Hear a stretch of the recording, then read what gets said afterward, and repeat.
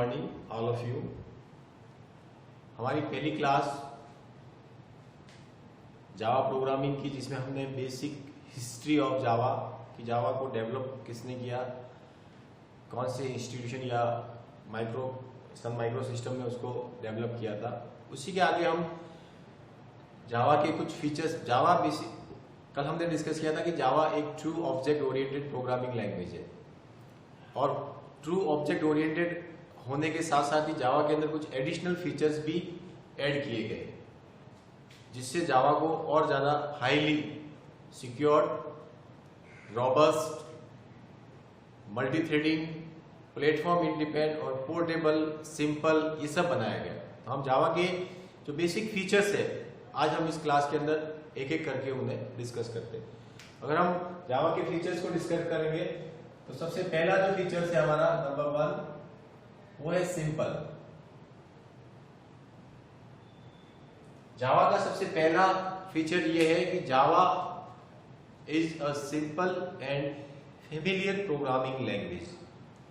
ये programming language जो है ये सी और C++ पर आधारित है। जो हम प्रोग्राम सी में बनाते हैं, जो हम C++ में बनाते हैं, वहां पर हम जो प्रोग्राम लिखने के लिए सिंटैक्स का प्रयोग करते हैं, जो कीवर्ड्स हम काम में ले रहे हैं, जो हम व्हाइल लूप या डू व्हाइल या इफ स्टेटमेंट काम में ले रहे हैं, फॉर लूप काम में ले रहे हैं, जो सिंटैक्स या जो लिखने का जो वे है, कीवर्ड्स है, कांस्टेंट्स है, कांस्टेंट को डिक्लेयर करने का तरीका है, वो सारी चीजें जो है जावा के अंदर सी और C++ के समान है।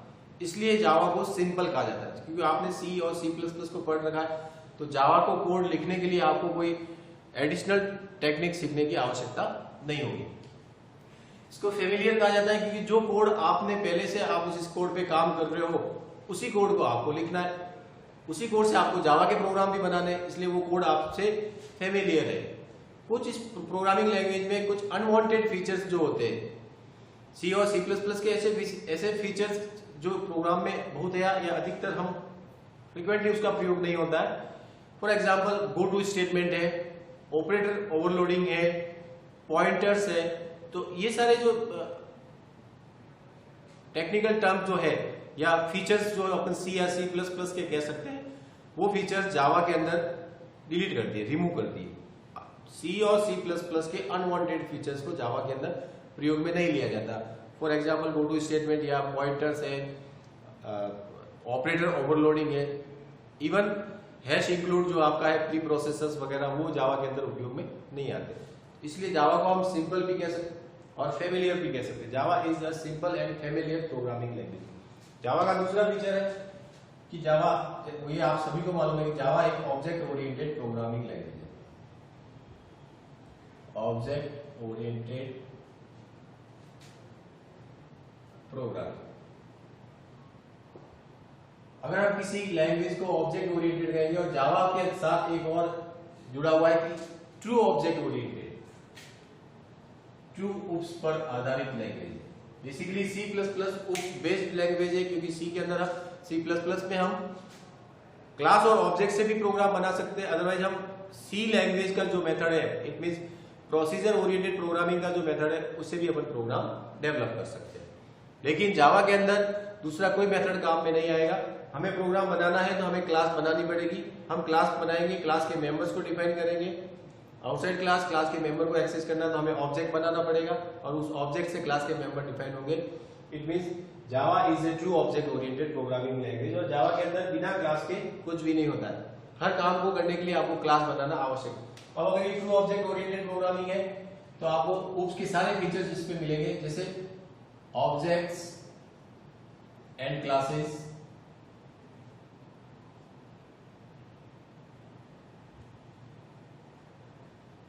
Encapsulation and abstractions. ये हम सब ने प्रीवियस क्लास में सब डिस्कस कर चुके हैं, क्योंकि ऑब्जेक्ट क्या होता है, क्लास क्या होती है, हमने C++ के समय अच्छी तरह पढ़ा है। एनकैप्सुलेशन एंड एब्स्ट्रैक्शंस को हमने डिस्कस किया हुआ है। इसी तरीके से आपने पढ़ा होगा इनहेरिटेंस, इसी तरीके से हमने पढ़ा था पॉलीमॉर्फिज्म,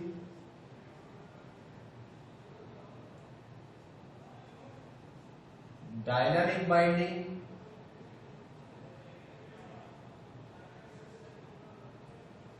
मैसेज पासिंग।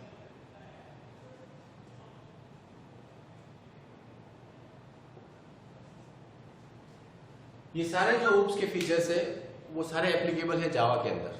ये सारे फीचर्स हमने लास्ट ईयर सी लैंग्वेज C++ जो पढ़ रहे थे तब हमने ऑब्जेक्ट और क्लास बहुत सारे बनाए। एनकैप्सुलेशन, एब्स्ट्रैक्शन क्या होता है हमने क्लास में डिस्कस कर रखा है। इनहेरिटेंस को हमने बहुत ही डिटेल्स के अंदर पढ़े थे। पॉलीमॉर्फिज्म डिटेल में पढ़ा। डायनेमिक बाइंडिंग और मैसेज पासिंग ये सारे डिस्कस हम कर चुके। अभी ये है कि जावा के साथ ये सारे फीचर्स अवेलेबल है क्योंकि जावा is a true object oriented programming language. अगला फीचर्स अगर हम जावा का देखेंगे तो जावा is a distributed programming language. हम जावा का प्रयोग इंटरनेट पर कर सकते हैं। हम जावा का प्रयोग किसी पर्टिकुलर नेटवर्क पे कर सकते हैं।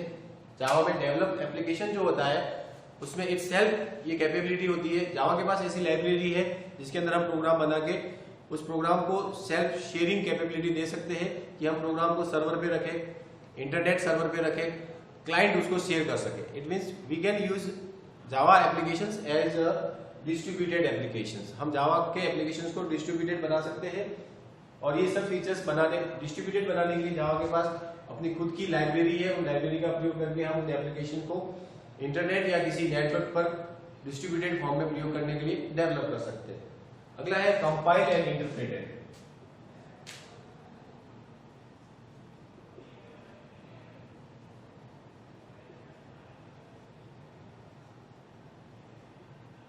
ये एक अलग फीचर है कंपाइल एंड इंटरप्रेटेड।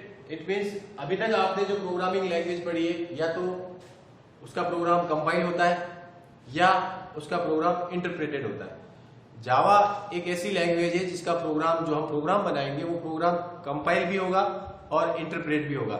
जावा का प्रोग्राम कंपाइल भी किया जाता है और इंटरप्रेट भी किया जाता है। इट मींस जावा प्रोग्राम जब हम जावा के सोर्स कोड को मशीन कोड में कन्वर्ट करते हैं तो वह सोर्स कोड जो है वह दो फेज के अंदर मशीन कोड में कन्वर्ट होता है। फर्स्ट फेज के अंदर हम उस सोर्स फाइल को कंपाइल करते हैं। कंपाइल करने के बाद हमें क्लास फाइल मिलती है और जावा इंटरप्रेटर जो है वो उस कंपाइल फाइल को लेकर फिर एग्जीक्यूटेबल फॉर्म में कन्वर्ट करता है। तो हम ये कह सकते हैं कि जावा का प्रोग्राम कंपाइल भी होता है और इंटरप्रेट भी होता है। इसी तरीके से अगला जो फीचर है रॉबस्ट एंड सिक्योर।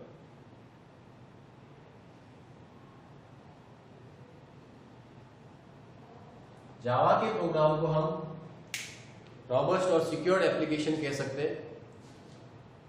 उसके लिए जावा के अंदर स्पेशल फीचर्स है कि जब भी जावा कंपाइलर प्रोग्राम को ट्रांसलेट करता है या जावा प्रोग्राम जब भी रन होता है स्ट्रिक्टली मेमोरी मैनेजमेंट को चेक करता है। जो हमने वेरिएबल्स जो हमने मेमोरी ऑक्यूपाइड की है उस मेमोरी को वो स्ट्रिक्टली चेक करता है each and every run time. हर प्रोग्राम के रन होने से पहले वो अपने मेमोरी मैनेजमेंट को चेक करता है। इसी प्रकार सिक्योरिटी के रूप में हम ये कह सकते हैं कि Java program check virus itself virus, वो वायरस को इटसेल्फ चेक करता है। आपके सिस्टम में यदि वायरस है तो आपका जावा का प्रोग्राम रन नहीं होगा। वायरस इन्फेक्टेड मशीन में जावा प्रोग्राम रन नहीं होगा क्योंकि जावा कंपाइलर या इंटरप्रेटर के अंदर ही इस प्रकार का फॉर्मेशन है कि जावा का प्रोग्राम जब रन होगा इटसेल्फ वायरस चेक करेगा। तो मेमोरी मैनेजमेंट करना, मेमोरी चेक करना, प्रोग्राम एग्जीक्यूट करने से पहले ऑक्यूपाइड होने वाली मेमोरी को स्ट्रिक्टली चेक करना। जो उसके प्रिमिटिव डेटा टाइप्स है, जिन डेटा टाइप से हमने वेरिएबल्स को डिक्लेयर किया और मेमोरी ऑक्यूपाइड की है उसको स्ट्रिक्टली चेक करना और बिफोर एग्जीक्यूशन वायरस टेस्टिंग भी करना। इसलिए जावा को रॉबस्ट एंड सिक्योर कहा जाता है। एक इसका और इंपॉर्टेंट फीचर है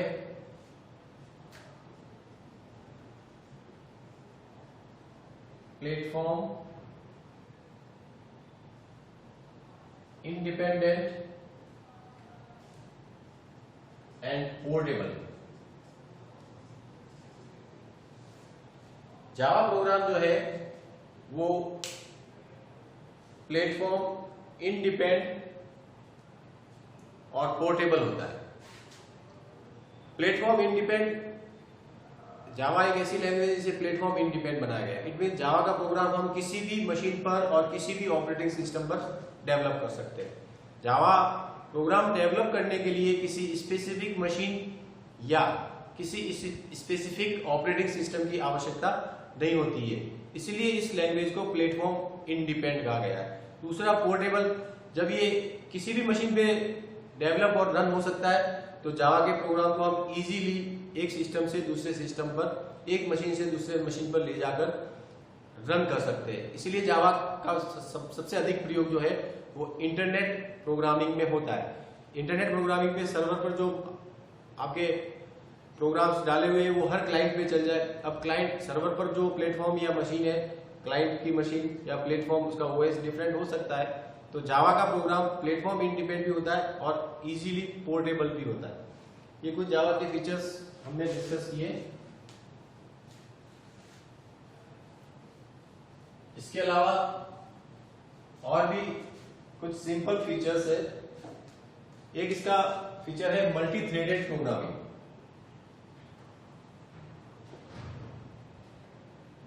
multi threaded programming,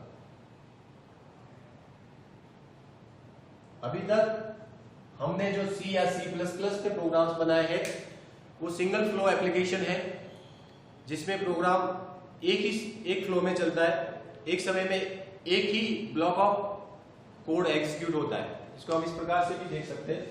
for example, आपका मेन मेथड है सी लैंग्वेज का और हमने मेन मेथड में 3 फंक्शन को कॉल किया, A, B and C। Now outside the main method हमने इन तीनों ही फंक्शन की बॉडी डिफाइन कर दी।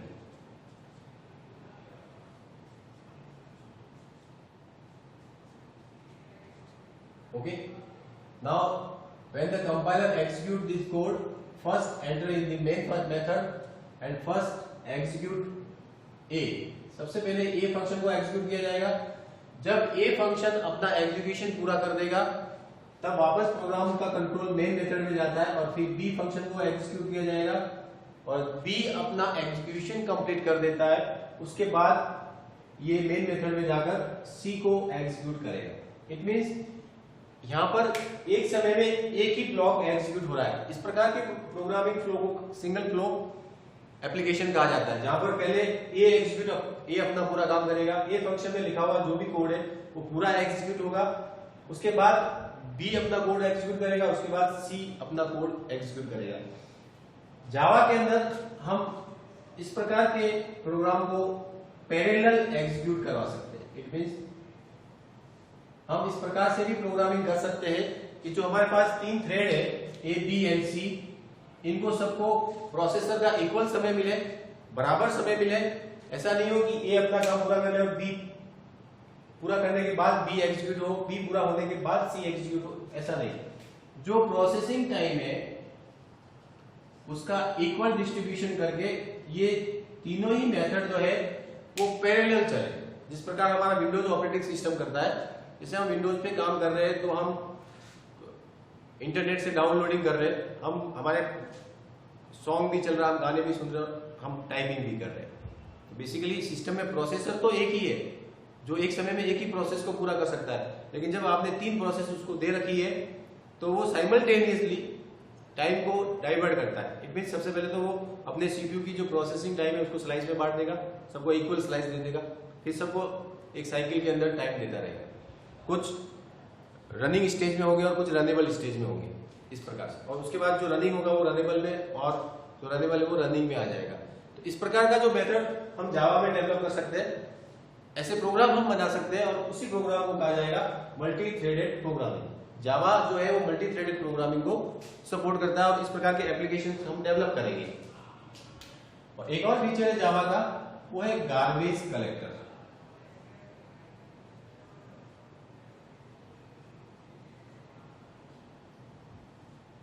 जावा को गार्बेज कलेक्टिंग लैंग्वेज कहा जाता है। जावा is a garbage collecting language. ऐसा क्यों? क्योंकि जब भी हम प्रोग्राम रन करते हैं तो हमारा प्रोग्राम जब रन हो रहा है उसके बैक एंड के अंदर एक और एप्लीकेशन एग्जीक्यूट होता है, उस एप्लीकेशन का नाम है गार्बेज कलेक्टर। गार्बेज कलेक्टर क्या करता है, आपके एप्लीकेशन के अंदर जो मेमोरी ऑक्यूपाइड हो रही है जिसको आप प्रयोग में ले रहे हो और उसके बाद प्रोग्राम में आप आगे बढ़ रहे हो, और जो अनवांटेड मेमोरी है उसको गार्बेज कलेक्टर ऑटोमेटिकली रिलीज करता जाता है। गार्बेज कलेक्टर जावा के अंदर, जो हम C++ के अंदर कंस्ट्रक्टर के द्वारा ऑक्यूपाइड मेमोरी को हटाने के लिए, उसे फ्री करने के लिए हम डिस्ट्रक्टर का प्रयोग करते हैं, जबकि जावा के अंदर हम जो मेमोरी ऑक्यूपाइड कर रहे हैं, हमारा प्रोग्राम जो मेमोरी ऑक्यूपाइड कर रहा है उसको ऑटोमेटिकली रिमूव किया जाता है गार्बेज कलेक्टर के द्वारा, इसलिए जावा को गार्बेज कलेक्टिंग लैंग्वेज भी कहते हैं। ये कुछ जावा के फीचर्स थे जो हमने डिस्कस किए, और हम अब ये देखते हैं कि जावा के प्रोग्राम को किस प्रकार से ट्रांसलेट किया जाएगा, इट मींस किस प्रकार से रन किया जाएगा। उससे पहले हम एक और मैकेनिज्म यहाँ पे पढ़ना चाहेंगे कि जावा का जो प्रोग्राम है उसका एक्सटेंशन जो है वो डॉट जावा होता है। जब भी हम प्रोग्राम फाइल बनाएंगे, जो हमारे द्वारा जो प्रोग्राम लिखा जाएगा जिसको हम क्या कहते हैं, सोर्स फाइल, हम जो प्रोग्राम लिखेंगे, हम जो सोर्स फाइल बनाएंगे, उस सोर्स फाइल का एक्सटेंशन जो है डॉट जावा होगा। उसके बाद ये सोर्स फाइल कंपाइल की जाएगी, तो जावा कंपाइलर जो है उसका नाम है Java C. Java C is the Java compiler, और ये जावा कंपाइलर जो है इस डॉट जावा फाइल को कंपाइल करके डॉट क्लास एक्सटेंशन वाली फाइल क्रिएट करेगा। डॉट क्लास एक्सटेंशन की जो फाइल है उस फाइल को इंटरमीडिएट कोड कहा जाता है, इंटरमीडिएट कोड कहते हैं, या इसे बाइट कोड फाइल भी कहा जाता है, बाइट कोड फाइल।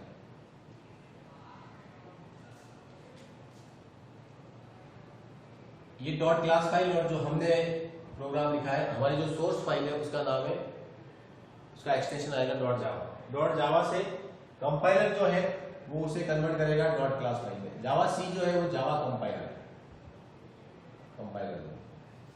अब अगर हम स्टैंड एलोन एप्लीकेशन डेवलप कर रहे हैं जावा में, यहाँ पे आगे रास्ते दो अलग हो जाएंगे। अगर हम स्टैंड एलोन एप्लीकेशन डेवलप कर रहे हैं तब हम जावा इंटरप्रेटर का प्रयोग करेंगे। जावा इंटरप्रेटर का सिंपल नाम जावा ही है, जावा जो है वो जावा इंटरप्रेटर का नाम।